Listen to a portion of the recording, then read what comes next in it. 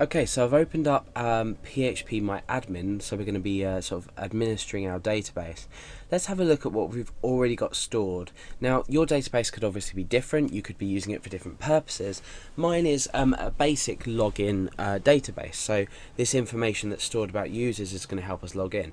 Now, that's irrelevant for now. We've got an ID of 6 for Alex and an ID of 7 for Dale. Now, this is a unique incrementing value. So what we could now do is modify our generate.php file to take in a user's ID, and what that's going to do is it's going to return their email address as we have just by typing it in here. So let's just close the source here. So the first thing we need to do is connect to our database, so let's go ahead and just quickly connect to our database.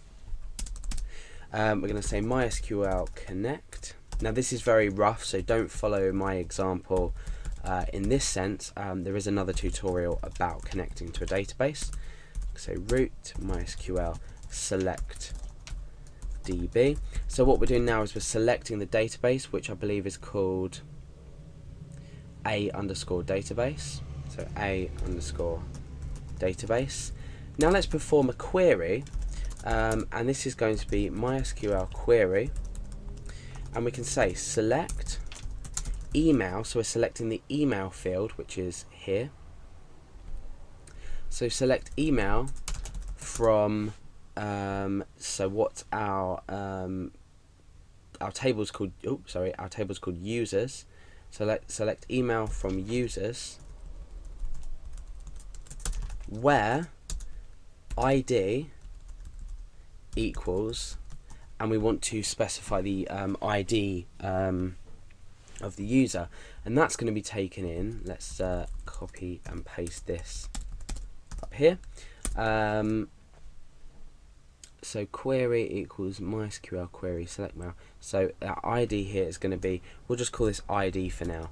What I'm going to do is add just some security onto this. So I'm going to enclose this in MySQL real escape string to help prevent SQL injection.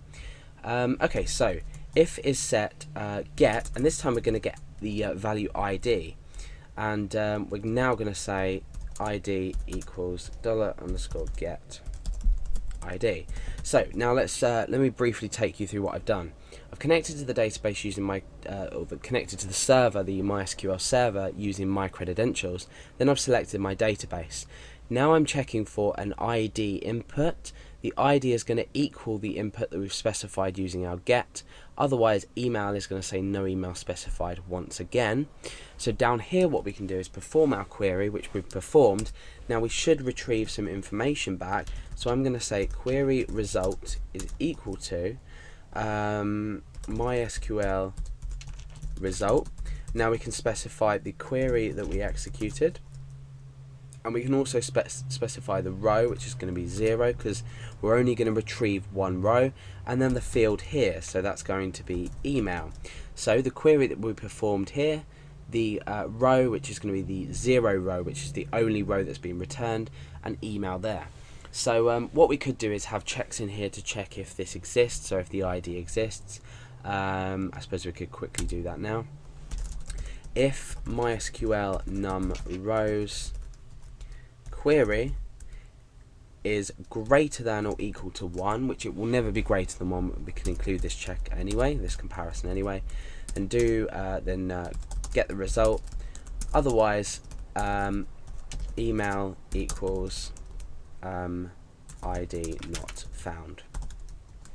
Now what I'm going to do is I'm going to change the name of this query here, this variable here, to email, because the value that we're returning from this MySQL result function is going to be the email address of the user. Therefore, now what's going to happen is our script is going to run as normal. So let's go through this again, just so you make sure you entirely understand. We're connecting to our database, or connecting to our server, selecting our database, checking if this ID value, which we previously had, let's go back to our source, we previously had as email equals, this will now read ID equals, and then we're going to specify a specific ID. Then the ID variable here is equal to what we've specified. Otherwise, email equals no email specified as we did before. Now what we're doing is we're performing a query. In fact, we're going to perform this query here inside here, because otherwise there's no need to continue, and we'll change this to no ID specified. So sorry if that's confused you. Let's bring this down to make it a bit easier to read. So if we have set this ID thing, then we complete a query. So query is selecting email, so we're selecting one field from the users table where our ID equals the ID that we've specified, so ID up here, ID up there. MySQL real escape string for a bit of security against SQL injection. Now we're checking if the rows returned are greater than or equal to 1. So if they are greater than or equal to 1, which means that we have successfully retrieved an email value, we retrieve this value by using the MySQL result function, our query that we've run up here, 0 row, which is the only row that's been returned, and we're retrieving the email field. Otherwise, email equals ID not found. Then we come down here and we do our checks as I've already explained in the tutorial. So let's test this out after that long mouthful of explaining. Let's go back to index.php. Let's first of all not specify and see if we return with the correct error. You'll see no ID specified. So now let's go in and say ID equals. Now the ID that we have in the database, the two IDs, we have 6 and 7. So let's specify this to 10 because that doesn't exist. So we should, when we refresh our page, retrieve the result saying that the ID has not been found.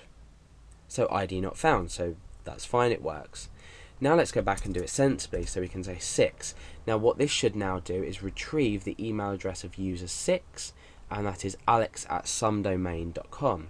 So let's go over to our page and refresh, and we retrieve alex@somedomain.com. So not only are we converting this to text, we're securely doing it, because now if we look at our page source, the email address doesn't exist anywhere in this code. Okay, so our bots are going to find it harder to pick up a plain text email value. So let's just try it with 7, which is Dale's email address, and then the tutorial will be over. So let's refresh, and you can see that's changed to dale@somedomain.com. So that's a little bit about why you should use this method as much as possible, and a really quick and easy way to do it. Play around with the code, make it your own, change colours, change font sizes, and I wish you all the best of luck with creating this, because our functions do get a bit tricky.